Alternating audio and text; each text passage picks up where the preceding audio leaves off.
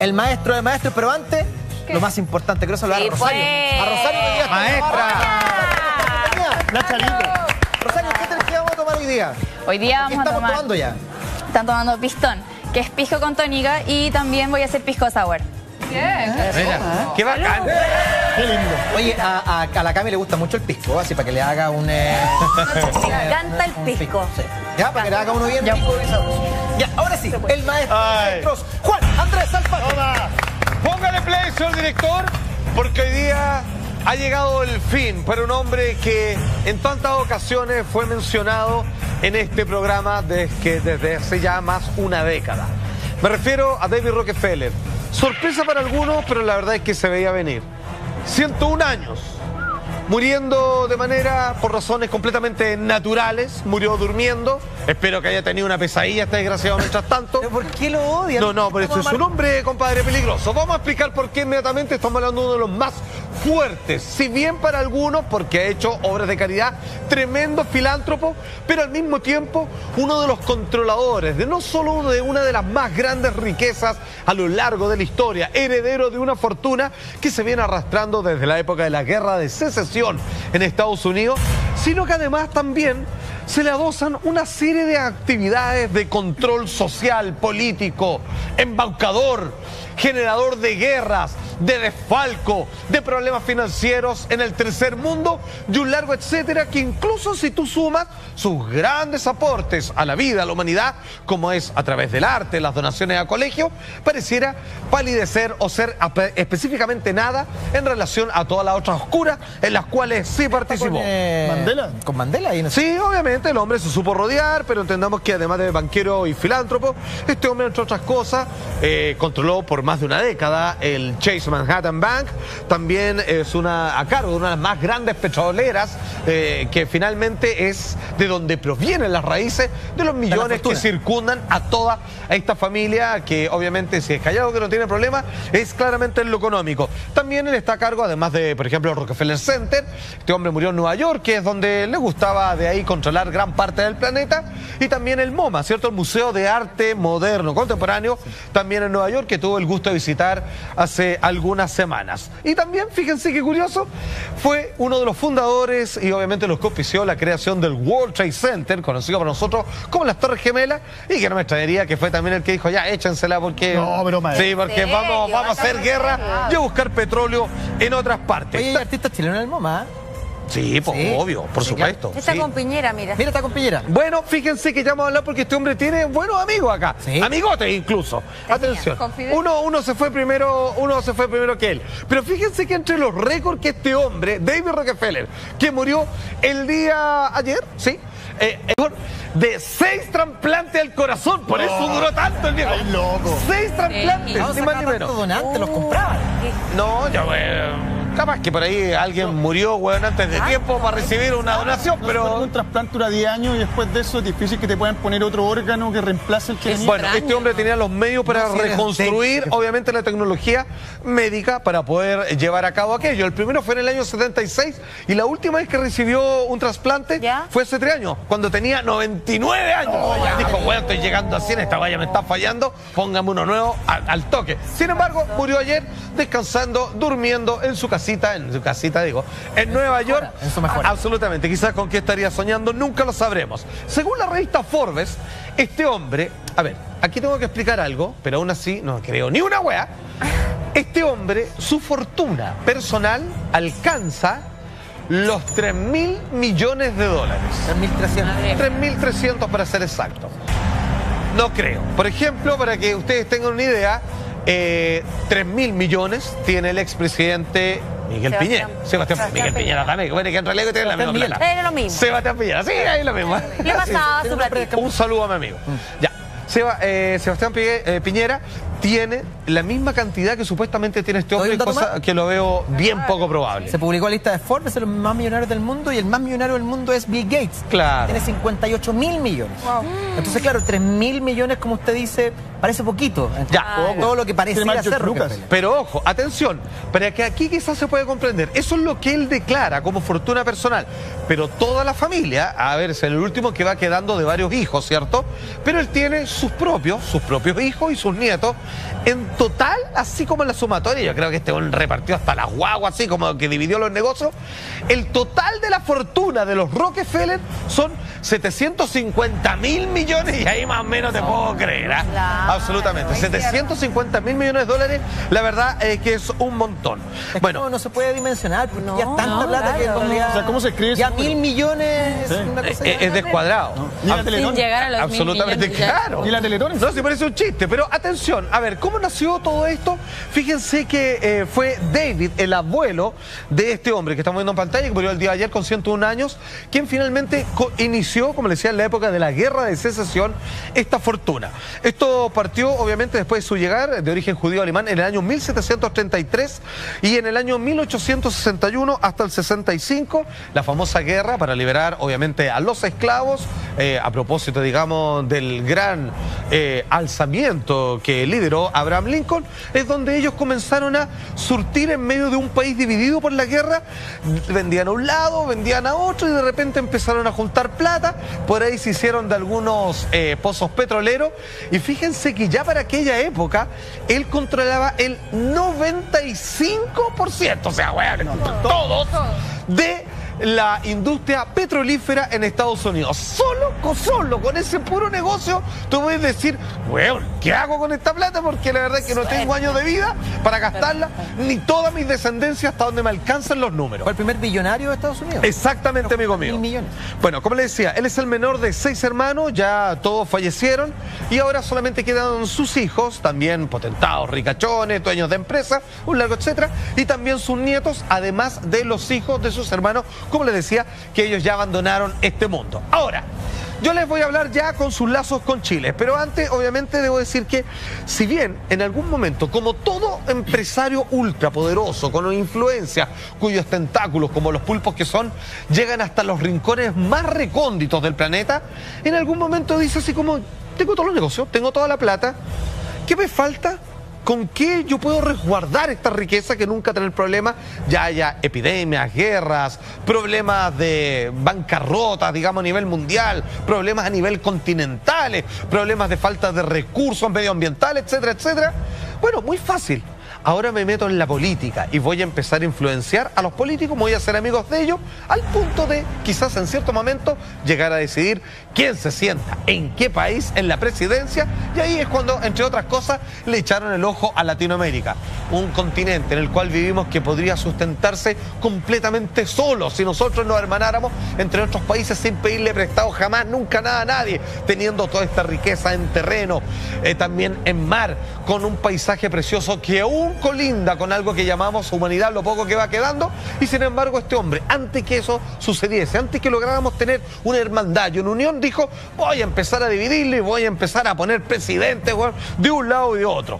Bueno, ¿qué es lo que pasa? Fíjense que en el año 1975, uno de los hermanos del Nelson Rockefeller pudo haberse convertido en el entonces presidente de Estados Unidos. Menos mal que no ocurrió, pero en la práctica la verdad es que esto no hace gran diferencia, porque finalmente con el poder y la capacidad que tienen de influencia a nivel mundial, es como si hubiera salido prácticamente también presidente de Estados Unidos. Claro. Quiero leer un artículo soviético que salió para aquel entonces, en el año 1959, titulado para el inglés como About Those Who Are Against Peace, sobre aquellos que están en contra de la paz, en donde dice que Rockefeller es reconocido por su rol en América Latina. Ahí es donde sale a la luz que él le interesan los países en el continente en el cual vivimos, y que tenía unos planes que complementaban, acuérdense que JFK fue asesinado por petroleros, así es lo que se entiende esta conspiración, porque él no quería llevar a su país a la guerra de Vietnam, que finalmente cuando entra Nixon,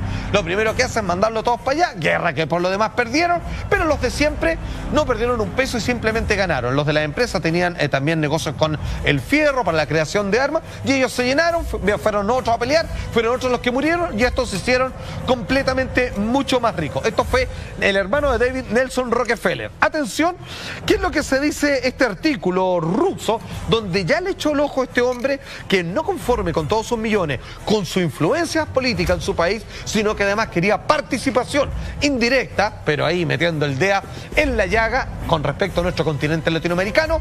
Lo siguiente, esto es parte del informe ruso, dice así: los Rockefeller han tenido durante mucho tiempo una atracción irresistible por los países de América Latina. 2 puntos. El olor provocativo del petróleo los alcanza desde el continente sudamericano. Por ende, Nelson Rockefeller, quien ha intentado hace bastante tiempo, y continúa, convertir a Sudamérica en su estado familiar, fue instalado una vez a la cabeza del llamado Departamento de Asuntos Interamericanos, 16 de diciembre de 1959. ¿Ok? Vale decir, este hombre tiene influencias políticas, Nelson Rockefeller, hermano del recientemente fallecido David, y finalmente él dice, ¿sabes qué? Yo me preocuparía por Latinoamérica porque está tan lindo, hay un país piolita, digamos, ahí surgiendo. Yo comenzaría desde ya a fijarme quiénes dirigen esos países y que no vaya a estar en contra nuestra. Por ejemplo, maestro, me quería comentar algo. Me quería preguntar algo, un poco sabiendo a lo mejor del tema, los Rockefeller no tienen ninguna ligación con los Illuminati ni ningún tipo de... Buena pregunta, porque vamos a llegar ahí. Yo creo que para algunos podríamos estar hablando de algo muy similar a los Illuminati.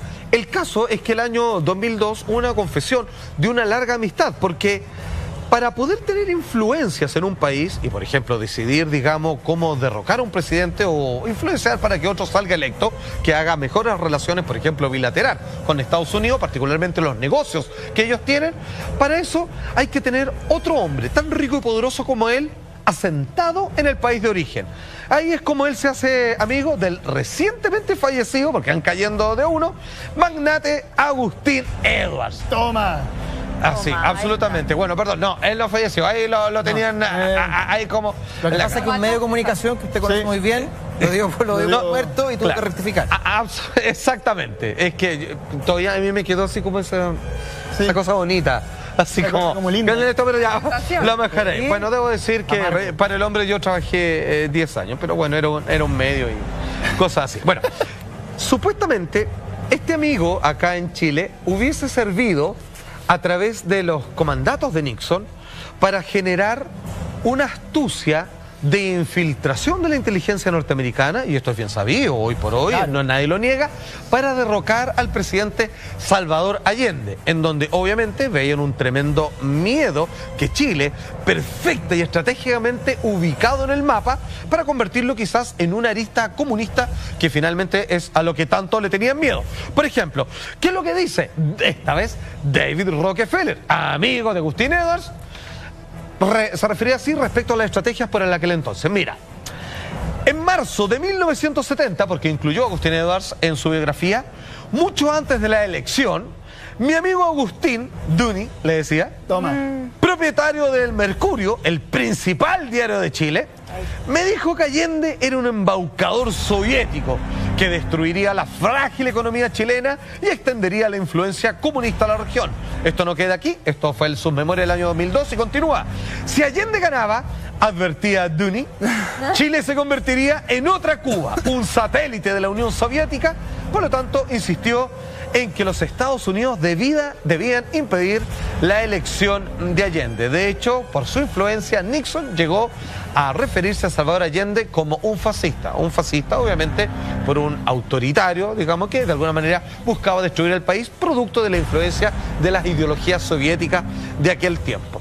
Y le hicieron corte y el resultado lo sabemos. Efectivamente, Nelson Rockefeller, con su hermano David y todo el grupito, lograron influenciar a Nixon para que ocupara todo su servicio de inteligencia, para que financiara, para que ayudara al diario de su amigo acá en Chile y en posteriores resultados lograr incluso hasta decir cómo secuestrar, torturar y cuántas cosas frente a las personas. Eso es algo de conocimiento público, ha sido confesado de tantas maneras y la verdad es que hay tantos documentos, digamos, e incluso obras de carácter artístico en términos biográficos o documentalistas que dan cuenta de aquello.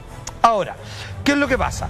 A punto de poder estar ligado a la campaña estadounidense de Nixon para promover a Allende al poder, esto por ser en sus propias palabras un gobierno fascista, como les comentaba, el gran amigo y compadre de Rockefeller, a través de cómo lograron este financiamiento hacia Chile para derrocar a Allende, a través de Henry Kissinger, que obviamente era el hombre que roncaba y movía los hilos, y obviamente y que ha estado siempre presente en las grandes conspiraciones de problemas socioculturales país desfalco, digamos, a países completos. Entonces, finalmente aquí viene algo bonito que ustedes probablemente quizás no conocen los nombres de los fundadores. Usted me mencionaba los Illuminati. Bueno, el señor Nelson, el señor en pantalla, David Rockefeller y Henry Kissinger fueron, sepan ustedes, los fundadores del grupo Bilderberg. Ellos son el pilar, la piedra primera y fundamental del todavía tan asquerosamente eficiente y tremendamente temido, no por nada, grupo Bilderberg. Finalmente, a ellos se unieron otras familias de ricos y poderosos cuyas historias en paralelo pueden ser tan polémicas como la que estamos llevando hoy en día, como los Rothschild, ¿cierto? Y que ellos se juntaron en el año 1954 en el edificio Bilderberg en Holanda. Y a propósito de esa primera junta, es que esta agrupación que reúne a los grandes millonarios para decidir el futuro de la humanidad, así de simple, es que ellos se pusieron como el grupo Bilderberg. ¿Qué es lo que discuten ellos? ¿Qué deciden? Ni más ni menos que sobre negocios internacionales, cuestiones políticas que nos atañen también directamente a Chile, también económicas y finalmente la actualidad mundial en términos de quién va a ser electo, a quién hay que sacar del mapa y finalmente qué tipos de negocio y compañía les van a dar su respaldo y a quienes les van a dar la espalda. Un tremendo escritor de origen español que es asiduo visitante de nuestros programas, así somos, el gran Daniel Stulin, habla respecto a aquello. Atención. Nos dice, finalmente, a propósito de lo que dice un ex agente ruso experto en el Club Bilderberg, en el mundo financiero internacional hay aquellos que conducen los eventos, que los provocan, ¿cierto? Y aquellos que reaccionan a los eventos, o sea, nosotros. El verdadero poder yace en los primeros, la oligarquía financiera representada en su gran mayoría por el grupo Bilderberg. ¿De qué empresa estamos hablando? Bueno, del banco alemán, del Chase Manhattan, Goldman Sachs, la bebida cola más famosa del mundo, Siemens, Fiat, el Fondo Monetario Internacional, los presidentes de Estados Unidos de turno. El caso más grandioso fue que generó un documental que se llama La excepción de Obama, me refiero a Barack Obama, cuando el grupo Bilderberg, antes de dar su primera conferencia, se levanta con toda la gente ahí, se lo llevan en un avión a dar una vuelta y lo regresan a la media hora, donde estaban los representantes del grupo Bilderberg, donde le decían, usted va a ganar, pero las cosas se tienen que hacer así, así y así, y con el premio Nobel de la Paz y todo ganado el expresidente de Estados Unidos, la verdad que hizo todas las tremendas guerras de invasión a Medio Oriente, pese al premio recién mencionado. Perdón, ¿Rockefeller entonces puso a Trump hoy día en el poder en Estados Unidos? Aquí hay una buena pregunta, porque parece que lo están colocando sin que él siquiera lo entienda. Es como, ¿cómo me desligo de toda posición? Bueno, pongo, perdón que lo exprese así, voy a poner un payaso que va a estar en contra de nosotros, pero que él solito se va a ir pisando la cola. O sea, necesito a alguien que deje la cagada. No sé si podemos poner a alguien que esté de acuerdo con nosotros y que se inmole, pongamos uno que se va a quemar solo. Entonces, bueno, está haciendo la pega sin que se dé cuenta para estos otros ricachones mucho, claramente más poderosos que él. Ahora, cuando ellos se reúnen, hay personas que le han hecho seguimiento y que van a funarlo.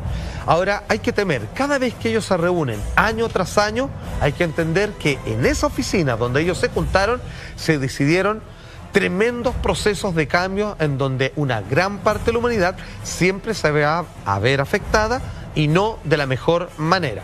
Así lo explica un experto, mira.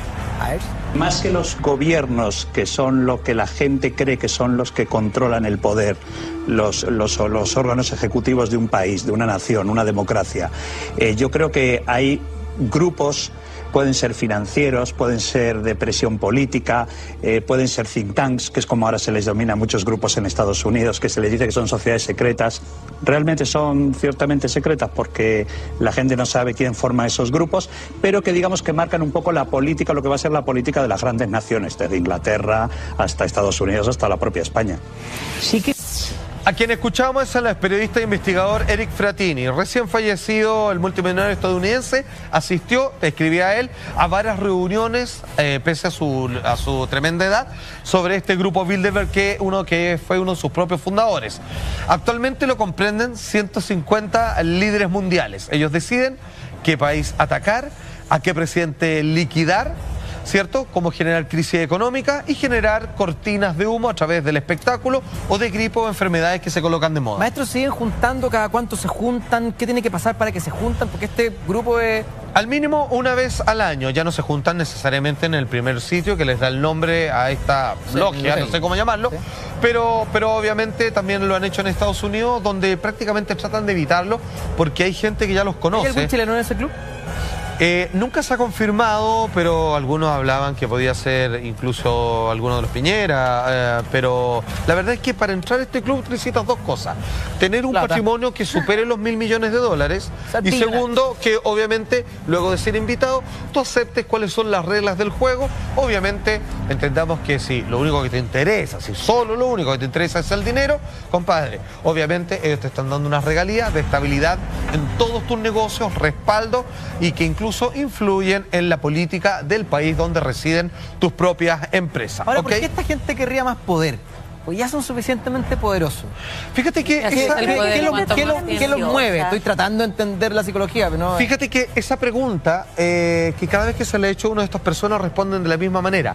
Es casi como yo podría preguntarle, por ejemplo, en el problema que hubo con los carabineros, que ¿cuántos millones se robaron? ¿15.000 millones? 12.000 Sí. Ya, van con 12.000 millones. ¿Por qué no pararon antes? ¿Por qué siguieron? Qué ridículo. Porque alguien nos dijo, oye, ya tengo 500 millones de dólares, o sea, de peso, perdón, podría parar, ¿o no?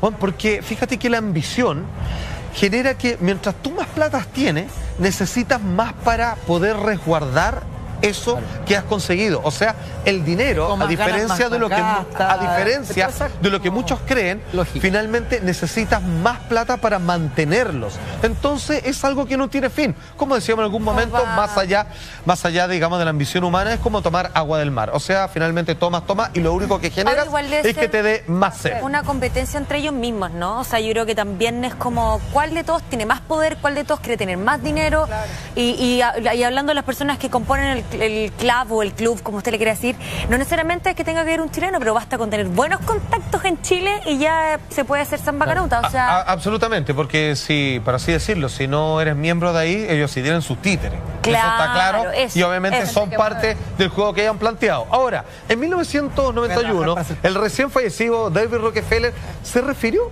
respecto a...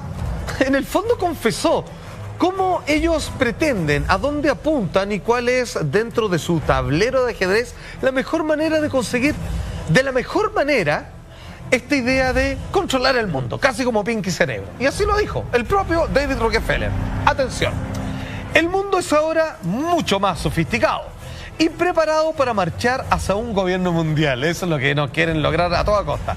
La soberanía supranacional de una élite intelectual y banqueros mundiales es seguramente preferible a la autodeterminación nacional practicadas en siglos pasados. Finalmente, el término de nuevo orden mundial, de un solo banco, de una sola moneda para todo el mundo, lo que están hablando es de aplicar el sistema de monopolio, ser el único que elige, que sabe, que determina quién compra, quién vende, cuánto ganas tú, cuánto gana el otro, es que todo esté en el poder de un grupo concentrado, el mismo que actualmente es el 1% de la población y que sin embargo acapara más del 95% de la riqueza mundial. Por así decirlo, es como si juntáramos a 100 personas, uno gana $1.000.000 y todos los demás ganan $1. Bueno, así de brutal. El caso es que David Rockefeller nos abandonó ayer. Veamos qué van a hacer sus hijos y sus nietos, pero si fueron educados a la usanza de todas las generaciones y ex hermanos de este hombre que finalmente le dijo adiós al mundo el día de ayer, la verdad es que esto no ha cambiado para nada y puede que hayamos salido de la sartén para caer al fuego. Pero nosotros desde acá decimos, prevaleceremos.